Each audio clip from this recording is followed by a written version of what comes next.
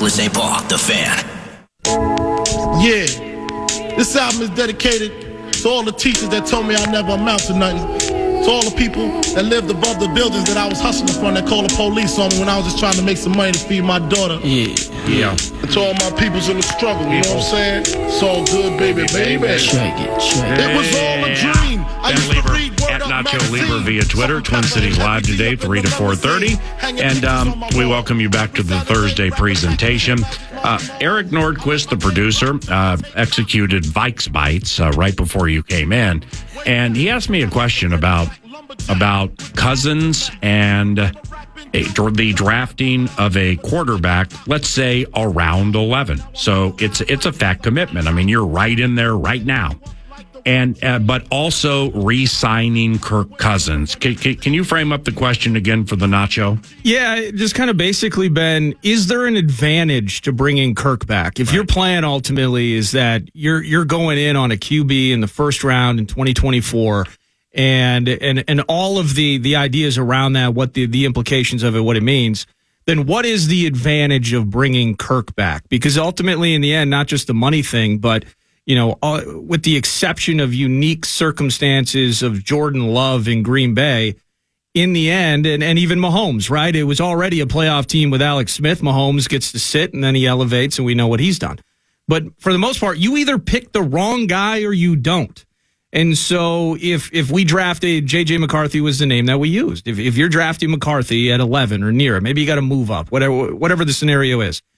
Bringing Kirk back, is there actually an advantage to that? If you bring Kirk back, he's starting the games and McCarthy sits. But I'm having a hard time, again, save for a unique situation that's taking place in Green Bay, for finding, in the end, value to that. You either pick the right QB or you don't. I just don't see the advantage of linking the two individuals together in 2024. See, I like the idea of still signing Kirk as long as the money makes sense and bringing in, whether it's J.J. McCarthy or somebody else, because we are so fascinated by the instant gratification of first-round draft picks, especially at quarterbacks. Now, guys like Lewis Cine, things like that, yes, you should be seeing the field a lot more. You should be immediate contributors. But when it comes to quarterbacks, it has been proven more often than not, the scale slides in the favor of sitting guys. They have more success, learning from the professionals in front of them, learning how to run the offense, learning how to run the team, getting up to speed on the NFL style and the speed of the game as well. Aaron Rodgers just talked about it. Tom Brady just talked about it. They're in favor. They're like, look, you have a higher probability for these young quarterbacks to come in the league, learn from a veteran. It doesn't have to be a high-end veteran like Kirk Cousins. They just need to learn at least a year, maybe two. But what happens is we have the C.J. Strouds of the world, and everybody wants that. And you're like, well, why wouldn't we want to get that pick, as you would say, get that pick right, have him play at a high level, still utilize that money that we're going to spend on a guy like Kirk Cousins, and build the team other ways? Mm-hmm. I like playing the long game. So do I. I don't, because if we play the long game, and if we truly believe in this quote unquote competitive rebuild, why couldn't we be successful with Kirk Cousins? We're into the 2024 season. We have Kirk. You know how the football season goes. You quickly forget about the draft pick and all this other stuff. It'll be a talking point leading up to the first couple of games. And then all of a sudden, J.J. McCarthy, we just don't hear about because Kirk's playing at a high level. Hopefully we're winning games. That would be the case here, I would believe. But like if you're in Chicago and you got Fields starting and Caleb Williams on the sideline and Justin throws 2 interceptions at Soldier. Different, though. It's different. That's different. Yeah. You know, they're truly in a quarterback quandary, and not a lot of people believe that Fields is the franchise guy. Right. So that would be one of those hotly contested, not a super healthy situation for Justin Fields, because let's be honest, they're going to find a way to get Caleb on the field at some point in time. Mm-hmm. They just are. I mean, it's not because even if he's playing well, even if he's playing game manager football, they're going to be like, well, Caleb probably gives us more juice. You know, maybe he's that dude. So let's get him in there. Justin's in a lose-lose situation if they keep him and draft Caleb Williams. Right. Terrible situation.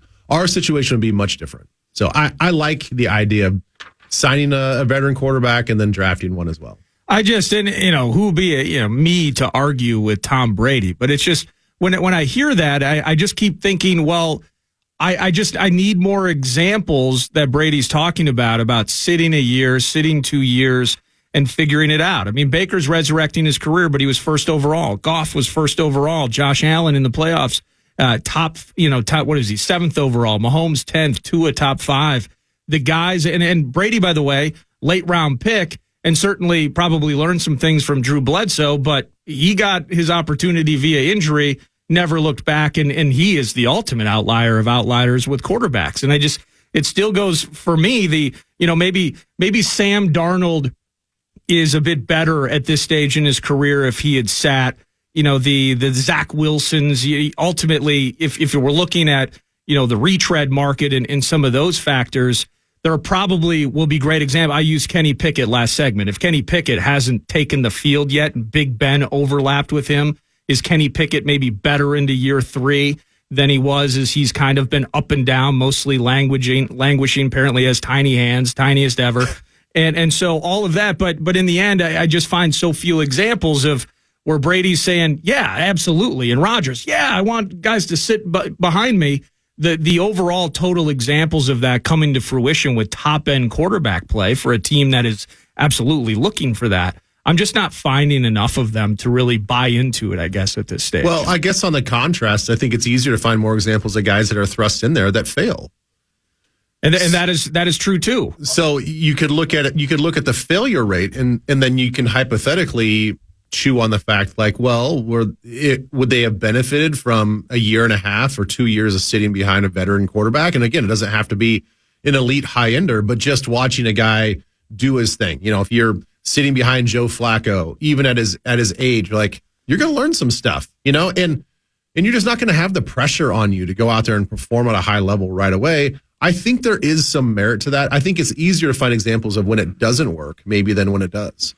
That's Ben Leber, and I'm Paul Allen. I just saw something via Twitter, tweeted by the Purple Persuasion at TPP Skull, and it's from ProFootballTalk.com.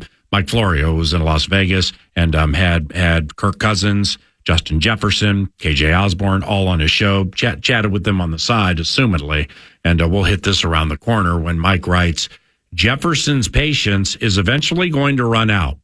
When we have these interviews, we talk a little before, a lot during, and a little bit after. And I can confidently say JJ is very patient, but his patience will have his limits. Oh my gosh. That around the corner, but first this. Ooh, the Fan in the Big Ten basketball tournament want to give you a chance to put $1,000 in your hand with the National Cash Contest.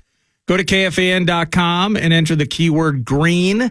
The keyword is green. You might win $1,000. Go to KFAN. The Fan. Come on. Hot, sicker than your average. Papa twist cabbage off instinct. Just don't think. Stink pink gators. My Detroit players. Tim's for my hooligans in Brooklyn. Dead right night. Papa been smooth since days of under rules. Never lose. Never choose to. Bruce Cruz who? Do something to us. Talk go through us. Girls want to us. Wanna do us. Screw us. Who us? Yeah, Papa and Pump. Close like Starsky and Hutch. Stick to clutch. Yeah, I squeeze 3 at your cherry M3. Bang every MC easily. Take that. Recently, frontin' ain't saying nothing, so I just speak my peace. Keep my peace. Cubans with the Jesus peace. With my peace. Packing, asking who want it. You got it. Flaunt it. That Brooklyn bull. We on it. Biggie, biggie, biggie, can't you see? Sometimes your words just hypnotize me. And I just love your flashy ways. I guess that's why they're broken. You're so Hey. Biggie, biggie, biggie, can't What do you think of see? that? Sometimes Florio, your words just ProFootballTalk.com at the Super Bowl. Like he says, and he touched on this a little bit yesterday, 9 to noon, more so about Cousins. But, Mike Florio, well respected, not only within the game, but Mike is not a pontificator. Mike is not full of hyperbole. Mike puts out what Mike believes, but it's born of substance. So Justin Jefferson's patience is eventually going to run out. When we do things like this, we chat a little before, a lot during, a little bit after. And PFT guy confidently can say JJ is very patient, but his patience will have limits. And Justin's a game changer and maybe the best overall receiver in the NFL. He matters. And I love Justin just like you do. But when I read like his patience may have limits, okay. I mean, we're running a business here, man, and you are a star within this business. But there are ancillary pieces within this business too that also make that cog go. As you learned when we went 5-1 when you couldn't play. So when it comes to his patience will have limits. I don't know about you, Nacho Leber. I'm just not the type that really appreciates my patience has limits. You better make a decision. I don't know. I don't act well in those situations. Yeah, I mean, I get what he's saying, that there is definitely a very close finite window where I think that he's gonna play ball. He understands the business. I think JJ's very self-aware. I think he's Big very time. So I think he gets it maybe more than some other quote unquote wide receiver divas. But to throw that out there without having any sort of contextualized window of like, well, what does that mean? Mm-hmm. There's a lot of players that, high end players, the top 5 players on each team that sure, your patience is going to run thin when you don't have success, whether it's you're in a contract situation or whatever. You're going to be like, hey, GM, hey, front office, are we actually going to build this team? And hey, head coach, what are we doing here? Agreed. So does this patience wear out in 3 years, 4 years? Yeah. Does patience run out in 2 months? I don't know. I guess what he's intimating is that his patience would run out here, on a shorter period of time versus the next couple of years. And look, I can't disagree with him. I really can't. Like, he has, maybe I'm giving him too much of that earned right, but I truly think that he has earned that right to be treated like a very important piece Agreed. of this team. And I recognize that those who earn it, some have guidelines and some have rules. Yeah. And Justin has guidelines. Right. Okay. But I mean, if Tom Pelissero.com, Tom, NFL Network, I mean, super reliable. He dropped within the last couple of days that it's, Justin either wants a say or wants to know what the quarterback situation is going to look like next year. Well, how far down do you go when it comes to all the work people have put in to formulate an answer to a question and or decision? And then what if you present something in front of your best offensive talent and he's like, I don't like it? Well, then, I mean, what does that change? Should it change anything? I mean, what? Well, obviously the Vikings are smart. All these front offices are smart. They would present it in a way that is very favorable to Justin. Right. And they're not going to give him every single detail, but they will give him enough that I think that it appeases him. That I think if I'm in Justin's shoes, I'm just looking for a truly concerted effort to do what you say you're going to do. If they bring me in the room and they say, we're going to try to get Kirk back. We understand that your admiration for him. We understand that your production relies on him and all that stuff. We want to make this marriage work. We're going to try as hard as we can to get Kirk back. Mm-hmm. And if JJ's either with representation or not says, okay, what does that look like? Is this 90 million real? Right. What does this look like? And if they say, look, we're actually okay with the 90 million. We just don't know if we can go fully guaranteed. Mm-hmm. We got to have a little bit of wiggle room. And if he's happy with that, then great. But if he finds out that like Kirk is in the plans, they're willing to go up to certain numbers with certain conditions, and if he's happy with the fact that they're going to be looking towards the future as well, all these things that we've already talked about, I can't imagine Justin's going to be like, no, not good enough. Yeah, I think that he's a very reasonable guy. I think that he, like I said, I think he gets it. So I think as long as they have an open and a pretty fairly honest dialogue that he feels is genuine, I think that's going to be enough. How I mean, there's not really much to say about the shooting at the Chiefs parade yesterday. Outside of a proclamation that I'm going to make here in a minute, and I'll see what you think about it. But I mean, that shooting at the Chiefs parade, 1 dead and a bunch of kids injured. I mean, what the hell? I mean, it just, what do you think? Well, obviously, great news. It sounds like the Children's Hospital, the last report I saw was every person that was wounded that was admitted to the hospital is going to make a full recovery. So that's great. Yep. I believe we had one casualty. Yeah. Is that correct? Correct. At least at last check. Yeah, last check. So, I mean, that's awful. I don't know, man. I just get like really, really frustrated like everybody else in the country that it's like we can't have nice things anymore. We have built this country to be one of the best, most free countries in the world to go out and celebrate life. Live your life, celebrate life, be an individual. We have individual rights. And something so special as going to church with your family and friends, going to birthday parties, going to weddings, going to any large gathering, whether you want to celebrate your favorite team or not, whether you want to go to a movie theater. I'm thinking about that as a parent. Where's the exits? Where should I sit? I can't not deny the fact that that's happening. Yeah. And I hate it for our generation. I hate it for my kids. It's the first thing I thought about when they were saying all the players are like, we'll see you guys on Wednesday at the parade. I'm like, that's the last place you'd find me. Like if I'm a Vikings fan, man, I would unfortunately have to really second guess whether or not I want to be in a big mob of people where I don't trust a lot of the crazies out there. And this is not, clearly not political, this or that. You can have rules. Yeah. They had 800 police officers there. They could have had 1,600 police officers. Correct. Sometimes you can't stop crazy. All right. Well, the proclamation or the question, because I believe this is going to happen. Could this signal the end of victory parades for all sports? Okay. And perhaps they'll all move into arenas, which would clearly be at least a little more secure. It's like the victory parades as we know it. Yeah.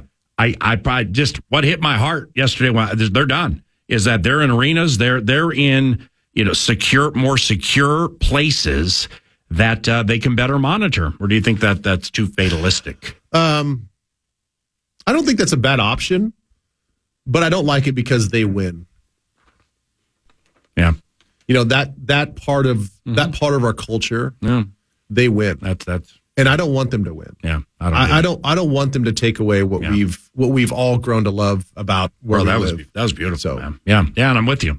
Ben Leber at Nacho Leber, Twin Cities Live today, 3 to 4:30. The Channel 5. The 49ers fired defensive coordinator Steve Wilks.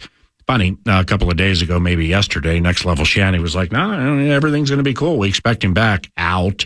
Meanwhile, said vaunted Next Level Shanny has some of the best players in the league on offense and keeps losing the big game and losing leads in the big game. I can pin that on the defense. Okay. I mean, you can also, you generally have the very best players in the entire league and are not winning the big game. And I got a lot of respect for this man. What do you think of all that?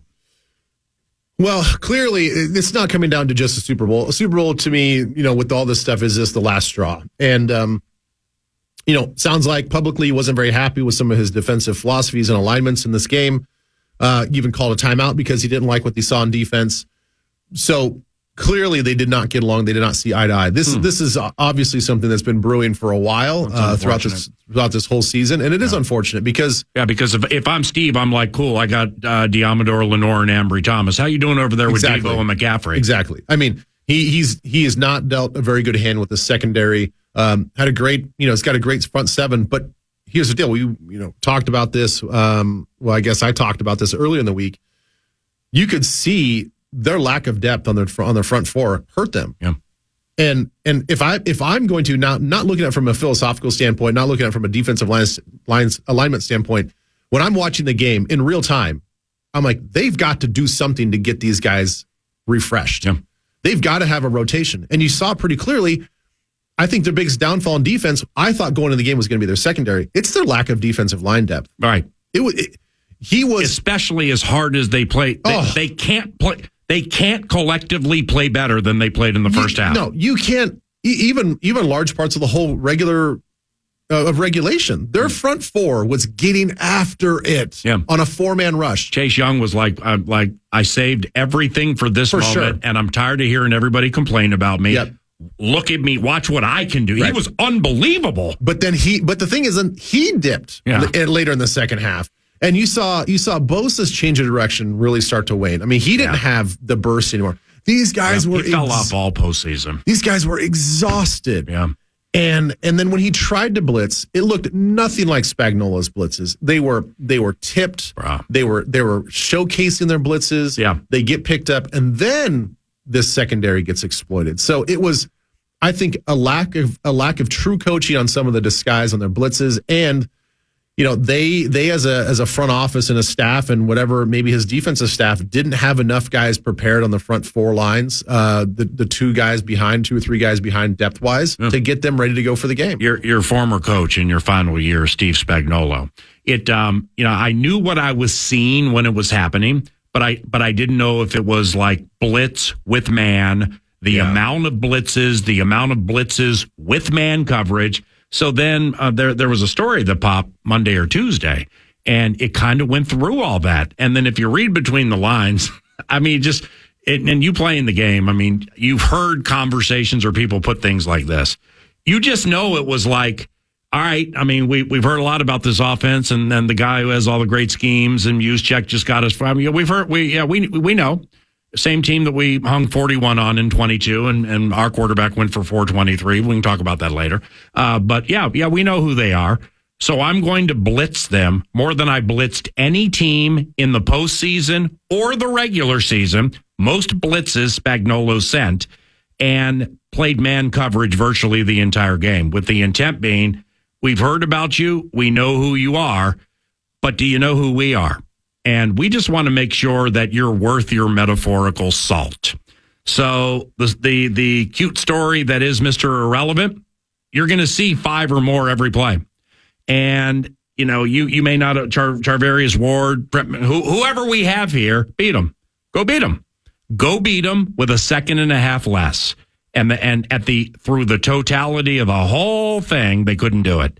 I mean, Spagnuolo was unbelievably aggressive in that game. He was awesome. I mean, you got to give him a lot of credit. And I've talked about this before in my 1 year experience with him in St. Louis. He runs a very complicated defense because he wants to be offensive minded, toes forward.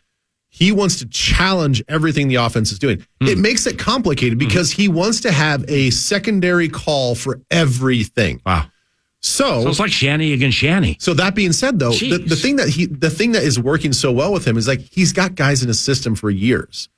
This system that he runs, it takes some time for guys to really understand the nuance of it. James Laurinaitis, I mean, the way he ran, he and I had conversations like it took him all of 2 years to figure out his defense because it's so complicated. But once you figure it out and you can play offensive minded defense, then you're humming. Then you can blitz different things. You can call different things. That being said, let me say this.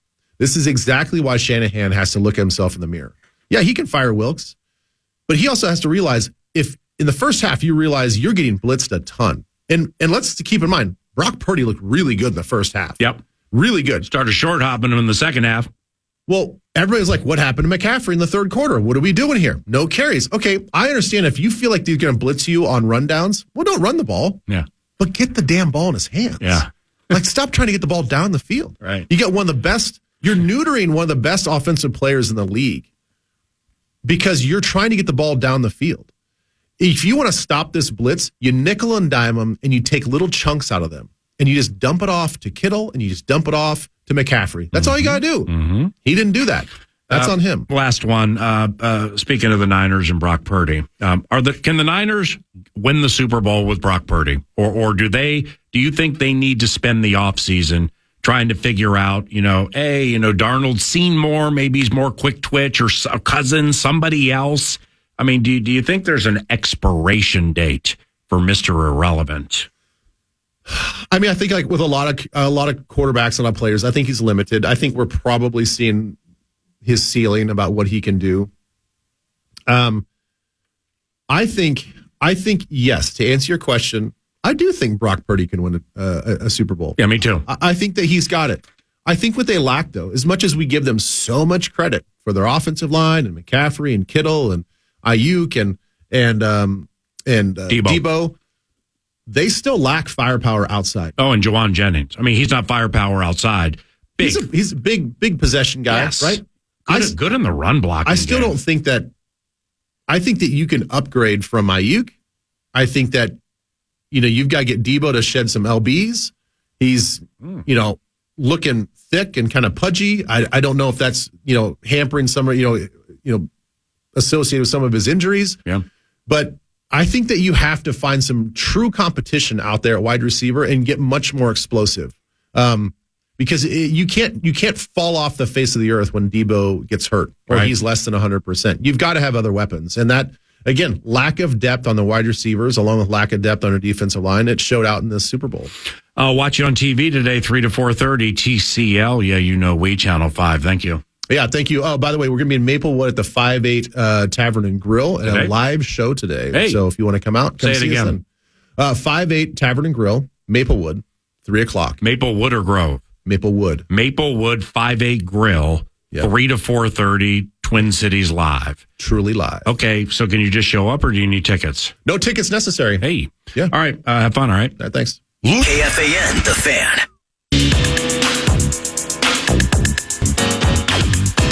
Welcome back, News du Nord. News du Nord is brought to you by Canterbury's Card Casino. It's poker, blackjack, table games all year round. And then live racing kicks off in the spring. But for all event details, they have musical shows out there. They got the expo. They got so much stuff going on all the time. Best way to keep it organized is just go to canterburypark.com. Before we jump into the local stuff, this just hit me. So during the break, PA, you're organizing the show. You're doing things that a host is supposed to do.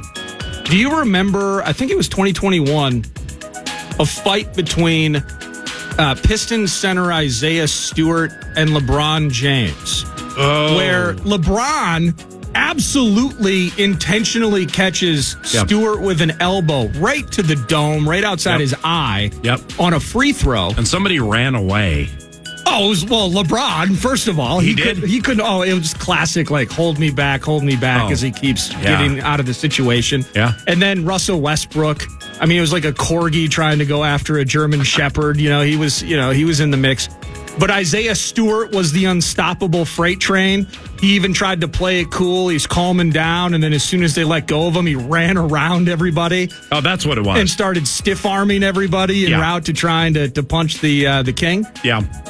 The reason I bring that up, I'm watching it right now. Go ahead. Yeah, not only is it 2.5 minutes of just beautiful glory in high definition via YouTube. Well, Isaiah Stewart was arrested yesterday. Hey. He was arrested for assault for punching Phoenix Suns center Drew Eubanks at the arena hours before the team played. Jeez. Phoenix police said Stewart was issued a citation and released. I'm watching this thing that you brought up. Yeah. I mean, Isaiah Stewart lost his mind. Self-proclaimed king, would have fought had he had to fight. But Stewart wanted to fight there, by the bus, on the tarmac before you get on a plane, and then I'll walk to wherever you're going to fight again. Yeah. I mean, he was full of rage. But so Eubanks before the game? Yeah, Eubanks before the game. Now, in fairness to LeBron James, here's the deal. If LeBron James is on my team, I don't promote, I don't condone the elbow, but the elbow happens. Yeah. If I'm, DeAndre Hunter, or not DeAndre Hunter, my goodness, old center, he was for the Lakers.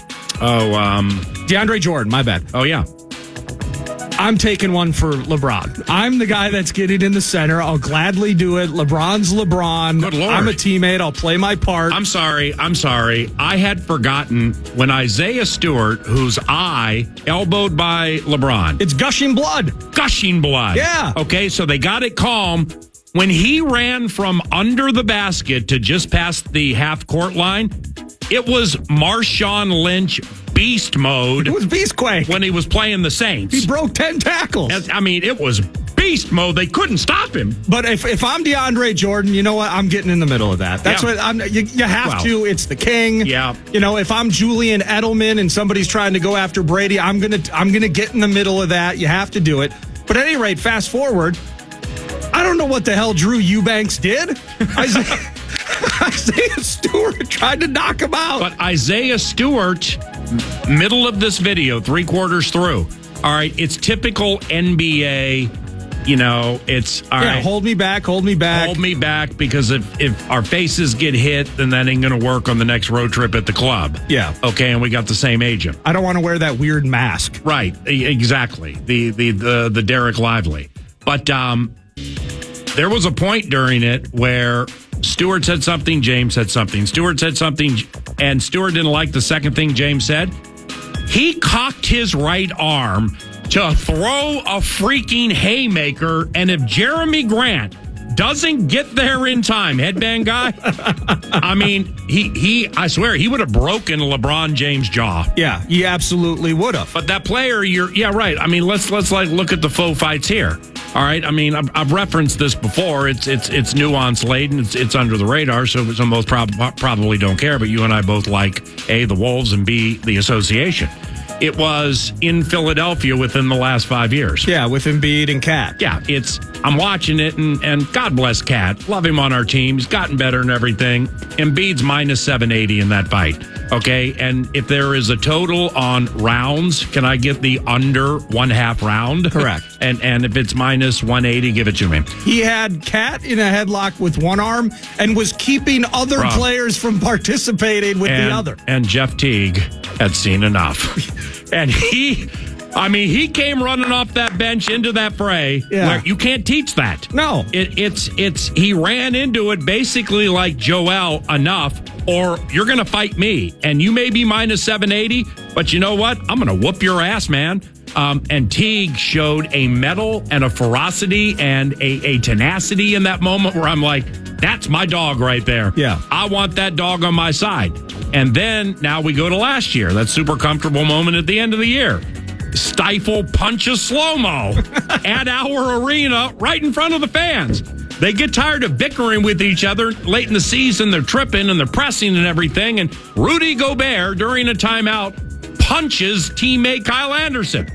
Well, Torrey and Prince, I don't know what had happened in the background or like in practice and what led up to it. Nobody wanted anything to do with Torrey and Prince. No. I mean, he weaved his way through people. He pushed Mike and Nori off to the side. He's like, Pablo, I don't care. I'm kicking both of their asses, and I'm starting with Rudy for hitting one of my guys. And, I mean, Torian would have been the greatest plus 320 dog that we've ever spotted up on as an underdog in a fight since since Buster Douglas against Mike Tyson, because you can just see it. And he's thick and he's wiry and he ain't afraid, which is the first step. He ain't afraid. He would have beat Rudy Gobert's butt in that moment. I'll wear the mask. That's what Torrey would say. Right. I mean, Rudy and Slow-Mo did everything but shake hands and a hug at the end of that as soon as Torrey got in the mix. And Rudy hit him in the face. But unlike Jordan Poole, Kyle Anderson has responded and actually been a noteworthy teammate, unlike what we talked about yesterday with the Heartbreakers. So at any rate, Isaiah Stewart. So do we know what led to the Eubanks piece? It said Eubanks said before the game that the altercation happened as he was coming into the arena. He said an argument started. They were chest to chest before Stewart threw the punch. I don't know. They don't even know who each other is. When I'm watching them try to restrain Isaiah Stewart. Now, typically, whether it's a bouncer at a bar/club or something, like security, you don't normally go for like the 5'6" schlubby security guard. These guys at pro sports arenas, for the most part, self-defense training, etc. You really want to be, even 5'11", 220. You work out all the time. You're in fantastic shape, and you're gonna get in between two NBA centers. Yeah. And try and figure that thing out. But security did get involved and intervene. So there was chest to chest. Yeah. Sounds like you're raising a baby. Well, and then what's up, YA? Now, now just imagine, because of League Freak, okay, the hardest fantasy basketball league to win, something I've been part of for about a quarter century. The Khan's been in it for about half a decade. And we all take it very seriously. Doogie always has a good team, so on and so on and so on. If we had caught wind, it was Isaiah Stewart and Nurkic. I always love that one. How quickly you picking up Eubanks? How quickly on the wire to get Drew? Well, the first thing I thought of, because I'm such an idiot, is I watched Trey Mann, something called Trey Mann from Charlotte, lead a 3-on-2 break with a behind-the-back pass to I can't remember who it was. Right to LFL. Taken. As soon as I saw Stewart was arrested, Eubanks had 6 points and 8 rebounds in 18 minutes in the Suns' victory. I looked at LFL to see if he was available. I need boards against the great feng shui in the next couple of weeks. Eubanks might be on Khan's roster in the next 10 minutes. But We shall see. There has this generally speaking, involves like in hockey, it would be, all right, well, back in October, early in the season, you went after Parisi, so now here we are in March, and I got to go after you. That's age old. Right. I ain't mad at it. But that's not the NBA. No. So, who cares if Isaiah Stewart and Drew freaking Eubanks got in an argument during the game? So much so they're going to fight hours before the game? So that it either involves consternation or some form of angst and or vitriol that transpired from days gone by. Yeah. Because they've never played together. Or money in the Blu-ray game. Or a woman. All right? So, the chiseled Dallas Maverick played with Jason Kidd. You remember Justin Jackson? I think it was Justin Jackson, maybe? Yeah, he did TV, whatever. They both played for the Magic. And Tony Braxton, silky smooth, love her music. Well, she was dating one of them, and the other one on the same team stole her. During the season. Just took her. That's she's mine. Well, I searched Justin Jackson, Tony Braxton. The first thing that comes up. Give it to me. Jason Kidd's beef with Jim Jackson. Jim Jackson. Ohio State, thank you. Also involved Jamal Mashburn. Oh my gosh. Yeah, you've told me about that search tool. But anyway, so it did? Okay, but Tony Braxton, Jim Jackson, and Jason Kidd. Okay, now Jamal Mashburn's in the mix, and they all think they got Tony Braxton. Okay, none of them ended up with her, so that's the end of the equation there. Go ahead and search this. Ready? Yep. Rod Strickland, Tracy Murray fight. Watch this. Let me see here. Both played for the Wizards. Rod Strickland, DePaul, Tracy Murray, UCLA, Tracy Murray, Glendora High School. Played basketball with him for 1 year. Took all 4 minutes a game I actually was having, but it's okay. It was unbelievable. I know you can't believe this. I'm not immediately finding a video on the fight. No, not a video. No. Because you ain't going to find a video unless you get the hotel sneaky cam in the hallway. So remark led to fight between Murray and Strickland. Rod Strickland, it involved a woman, a recorded conversation, a road trip with them both being teammates for Washington. Murray told the woman that they were both... Thank you. Let's just say that they both knew this particular female. So Rod Strickland on a road trip went to Tracy Murray's room. He's like, hey, man, the Blu-ray game here? Hey, man. Tracy opens the door. Rod punches him in the face, might have broken his nose, and just left. Punched him right in the face.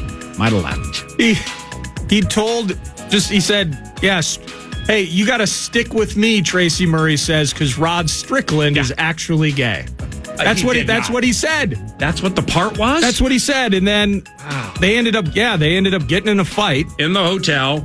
Is the Blu-ray game here? Nah, what's up, Rod? Bam! Right in the kisser. Stephen Davis and Michael Westbrook, when they were with the Redskins, apparently almost an identical thing happened. This is from the Washington Post. If you're messing with Stephen Davis, you better have some wherewithal to your fighting ability. Yeah, Davis said that about Westbrook. Westbrook knocked Davis to the ground, punched him repeatedly before he was pulled away from teammates. Yeah. Guess who was the head coach of the Skins at the time? Norv? Come on! He had to break him up. Holy cow. Who needs Super Bowl stories with Norv Turner when we can talk about that fight? Unbelievable. It's, we were discussing the Patriots and the Heartbreakers that we did on Valentine's Day yesterday. Yeah. Well, it's an untold story and it will stay untold. But there's a reason Chad Graff is in Foxborough and YA is here. And a hotel at the Combine. Blu-ray game here? We'll just stop right there. A couple of things locally to note. It's Hoops on the Fan tonight because pregame around 7, tip-off around 7:30 PA. The Golden Gophers Hoops team is at Purdue, second-ranked nationally. And it's Zach Edey. I think they got this guard, Braden Smith, who's pretty good as well, but it's going to be a tall task in trying to figure out how to stop the big man. Yeah, they still got that 7 whatever guy. Yeah, and he's thick and everything. He does everything for him. Yeah, he's like a 23 and 12 type guy, a few blocks a game. Yeah. So good luck with that. Hopefully things go the way of the Gophers. But after that, it's going to be Wolves at the Blazers, a rematch of what took place a couple nights ago. Tad, earlier this time, 9 p.m.-ish puck drop. Your guy, Anthony Edwards, is questionable. He'll play. He absolutely will play. And it's the last game before the All-Star break. So catch some hoops on the Fan starting after Fan on Demand at 7 o'clock tonight. And catch Chris Finch joining 9 to noon tomorrow from Indianapolis. We're going to sneaky cold call him as he heads into All-Star break weekend. And he coaches the Western Conference All-Stars. And that's really going to be cool. You know, like final 2.5 minutes of a tightly contested game, and he asked Kevin Durant and LeBron James to play defense. And they're like, what? Who are you? And then all of a sudden he's like, I've had enough. Pulls KD, pulls self-proclaimed king, puts Cat and Ant in to win the game. I mean, how's that going to work out in a playoff pairing against the Phoenix Suns or the LA Lakers? Wild win last night. I would encourage people to podcast the opening segment. Wes Walls, Bally Sports North, was fantastic to open the show today. It was Jules Eriksson-Ek on the power play that got things started. Then it was Jonas Brodin made it 2-0 in the second period. And I think Logan Cooley, former Gopher, right? He got on the score sheet for the Coyotes. 19 years of age, and he deeped and shook on Brock Faber, his former teammate. And there's your dagger. And then the dagger for them, however, Matt Boldy staying hot. So it's just kind of 4 in a row for Hines, though. Yeah. And it's coming on the backs of their best players in Jules Eriksson-Ek, Kaprizov with another assist on that power play tally in the first. Alec Lewis, the athletic, beloved YA, young Alec. As we go through this college hockey bent, he's looking at us. He's not going like, or like on and on, Quinnipiac and Ferris State. He's not doing like that. But he's like, he doesn't care about college hockey. No. And that's fine. Okay, I understand that. But we never chide him on the lineage and or pedigree of his family that started moonshine in the state of Alabama. Yeah, it's a quick drive to the Smoky Mountains. How the operation started and how they saved money and all their wines out of boxes and moonshine. So to each their own, man, to each their own. Yeah, talking about moonshine, I mean, he invested at a young age in the Procter & Gamble's and the DuPonts of the world because he knows that paint thinner can be a very, very important commodity when constructing certain liquids. Yeah, there's no doubt about it. Last couple of things. Well, Mike Zimmer, now officially the defensive coordinator for the Dallas Cowboys. He even spoke to the media yesterday. Loves the team, 12 wins last year, got a lot of good things going on. But I saw this, how players feel about him. There's a reputation out there that I'm a jerk or something like this. This is Mike Zimmer. It is what it is, I guess. But since it was announced I was going to be here, I've heard from so many players that played for me. Players here, as in Dallas, not just defensive backs, the linebackers and defensive linemen have texted me and said how happy they were for me. I think if I was such a jerk, I wouldn't be hearing from those guys. So Mike Zimmer kind of trying to imagine, what he's been doing the last couple of years. Is he hiding out at the ranch? Is he completely disconnected? I know he's been in talks with Dion, kind of helping to shepherd that process in Colorado. You got Peaches out there helping Dion as well. But the thing with Zimmer is, he's paying attention. He hasn't forgotten. And it does seem for a guy as hardened as that exterior is, he's very, very keenly aware of what perceptions others may have of the former Vikings head coach. But he's in Dallas now. The first move he attempted to make was to pilfer Andre Patterson from the New York Giants. And Daboll, and Johnny Paul, Brian said no. He blocked it. So he tried to get Andre Patterson there, assumedly to be his defensive line coach. Haven't looked at the Cowboys roster of coaches, but if accurate, and I'm the current defensive line coach, man, that sure feels good. That sure feels really good to see that report for a team that, by the way, got blown out by a good, not great team at home in the first playoff game, is that of dysfunction. And every time it loses, and it happened again this year, family members for players begin ripping Dak Prescott, which happened again this year. Yeah. The owner is the general manager, and he talks too much. May God be with everybody with the Dallas Cowboys. Alec Lewis from The Athletic on football joins us around the corner. It's KFAN.